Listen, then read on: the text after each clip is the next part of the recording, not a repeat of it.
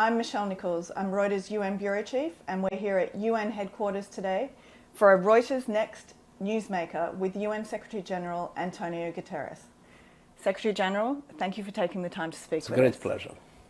You are in your 8th year now as Secretary General, which has been marked by, among other things, the war in Gaza, the worsening conflict in Sudan, where famine has now taken hold, and the ongoing war in Ukraine.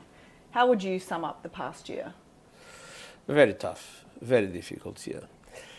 We live in a world that is a chaotic world. On one hand, we have a multiplication of conflicts, some of them extremely serious.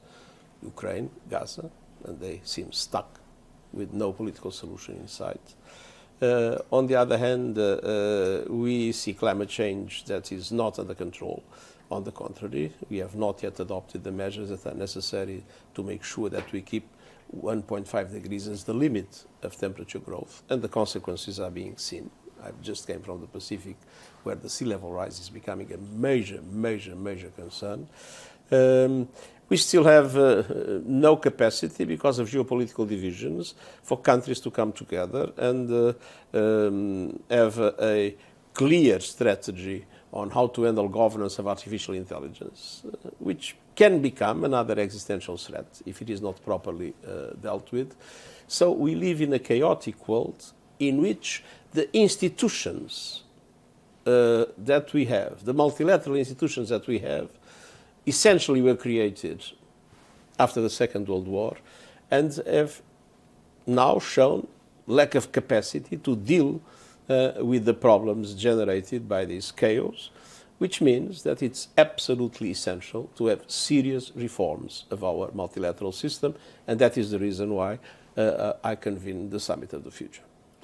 Turning to Gaza in particular, more than 200 humanitarian aid workers have been killed, most of them UN staff. What does accountability for their deaths look like? What kind of investigation is needed? Well, for the moment there is no accountability. Let us be clear. And there is no accountability in Gaza, as there is no accountability practically anywhere in the world. And this is one of the serious problems of today's world: impunity.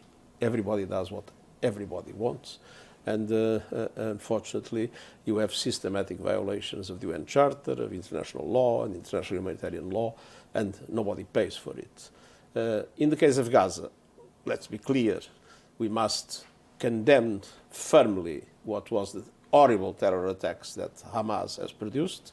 But then afterwards, we have witnessed a series of military interventions by Israel in Gaza with a level of death and destruction that has no parallel in my time as Secretary General, and with very dramatic violations of international humanitarian law and total absence of an effective protection of civilians.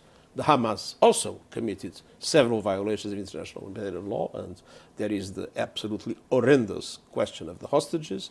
But it is clear that what's happening in Gaza is totally unacceptable. Do you hope one day there might be some sort of investigation and accountability for their deaths? We have asked, in relation to all the humanitarian workers that were killed, and not only ours, that there should be effective investigation and there should be accountability. By who? Fortunately, the institutions we have shown an enormous difficulty in making sure that accountability takes place. We have courts, but we see that the decisions of courts are not respected. And it is this kind of limbo of accountability that is totally unacceptable, and that requires also a serious reflection, namely in the context of the Summit of the Future and in the context of all attempts to do a serious reform of our institutions.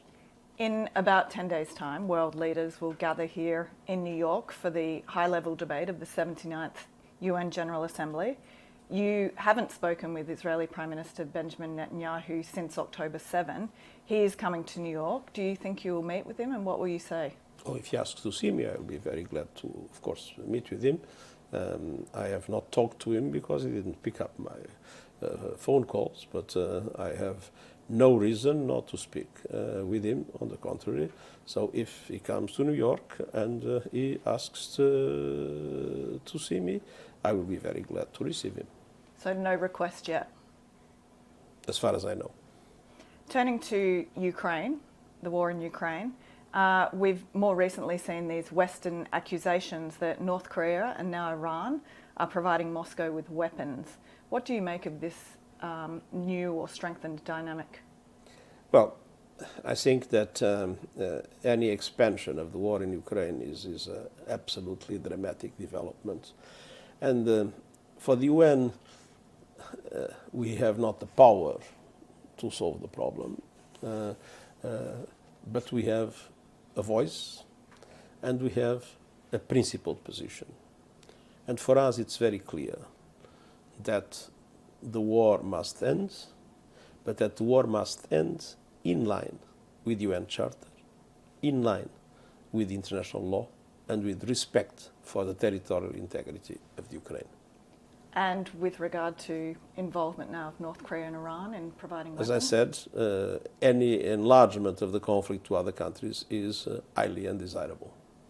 And on Haiti, last year in August, you told the Security Council that Haiti's current context is not conducive to peacekeeping. Has your opinion changed at all?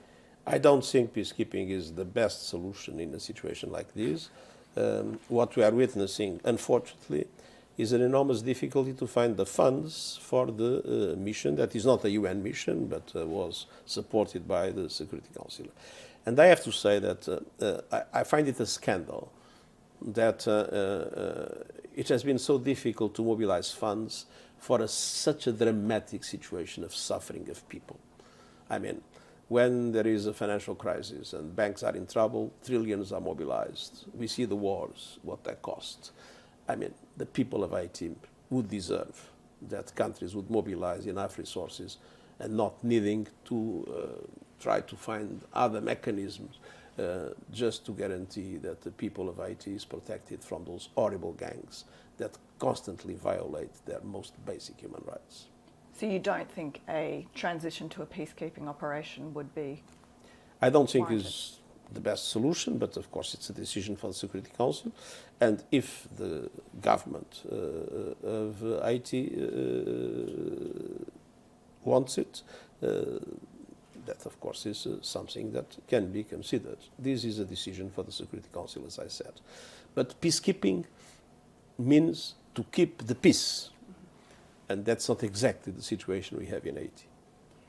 Turning to Sudan, where famine has taken hold in some areas following the nearly year-and-a-half conflict there. Did the United Nations miss any moments to try and get aid into those regions?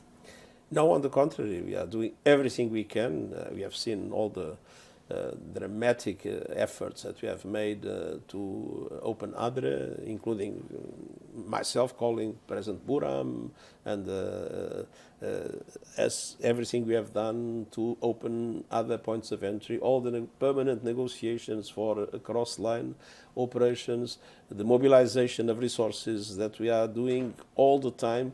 So, I mean, we leave no stone unturned to do everything we can to support the population. But the problem is that the nature of the war is such that the distribution of humanitarian aid has terrible obstacles, obstacles of security, and obstacles of simply operations not being allowed. But this is a situation where I believe there is a clear need of accountability. It's totally unacceptable that two armies with two leaders, or one army and one group of militias with the two leaders, have shown total disregard for any chance for a peaceful solution, any chance for a political solution, and go on trying to win a war with horrible sacrifices for the people of Sudan that doesn't deserve it. Your first term as Secretary General coincided with the US presidency of Donald Trump, who was not exactly a fan of the United Nations and cut funding to some agencies. Does the UN have a contingency plan for a second possible Trump presidency? We are ready to deal with any president of any country that is a member state of the United Nations. And Of course, it's not for us to decide who is going to rule the United States. We recognize the United States is a fundamental partner of the UN, but obviously we are ready to work in all circumstances in defense of the values of the Charter and of the values of the UN. On that note, you've been a strong advocate for a very long time of action to fight climate change. Could the UN climate treaty, the Paris Agreement, could that survive if the United States again withdrew?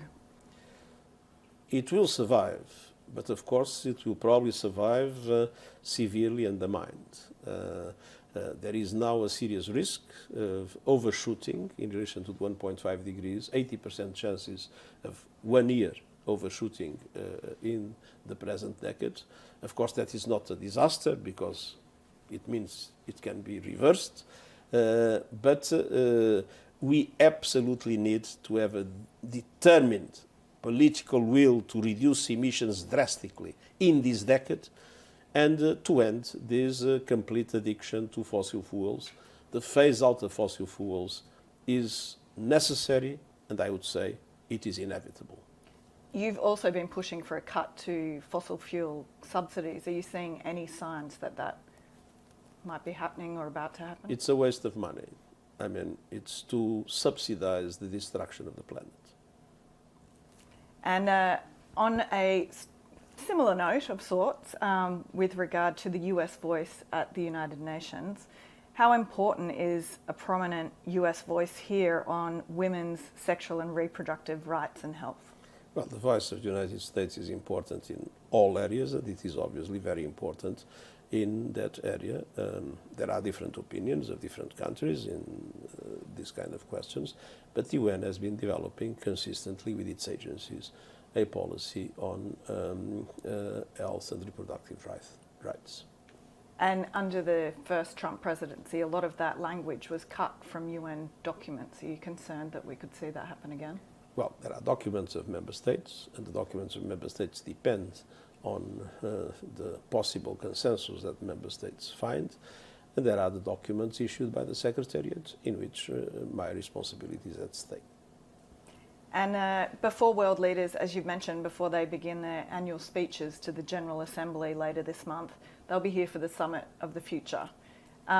Speaking to diplomats here in the building, it's sometimes hard to find a lot of enthusiasm. So could you explain to us what the point of this summit is?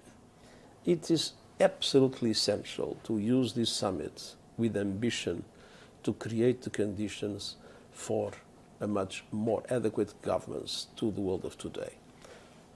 Peace and security. You have a Security Council that corresponds exactly to the situation after the Second World War with small adjustments, and that has a problem of legitimacy, and that has a problem of effectiveness, and it needs to be reformed. You have a Bretton Woods system that now is too small. It again corresponds, even with some adjustments, to the reality of the Second World War. It has a huge concentration of power that doesn't correspond anymore to the situation of the global economy. And because it is too small, it was unable, the COVID has demonstrated it, to provide the global safety net that especially developing countries need. So again, reforms are essential. And we could go on and on in relation to the governance of artificial intelligence, in relation to many other challenges that we face today, and for which international institutions are not able to produce the adequate responses. And that is why it's very important to have a summit of the future that is ambitious, whenever possible, in decisions that are taken, or in paving the way for those decisions to be developed in the different institutions that are relevant for that purpose. And finally, you basically have the weight of the world on your shoulders. What keeps you up at night? What keeps me up at night is essentially the fact that we have today a large number of people in the world, a growing number of people in the world that will go to bed every night hungry, that have no health support of any kind, and that is finding a almost hopeless perspective of coming out of poverty. Thank you, Secretary General. We have far more questions for you, but not enough time. But we really appreciate you taking the time to speak with Reuters today. It's always a pleasure to talk to you. Good luck with the UN General Assembly. We need it. I know you have a lot of meetings on your plate. Thank you very much. Thank you.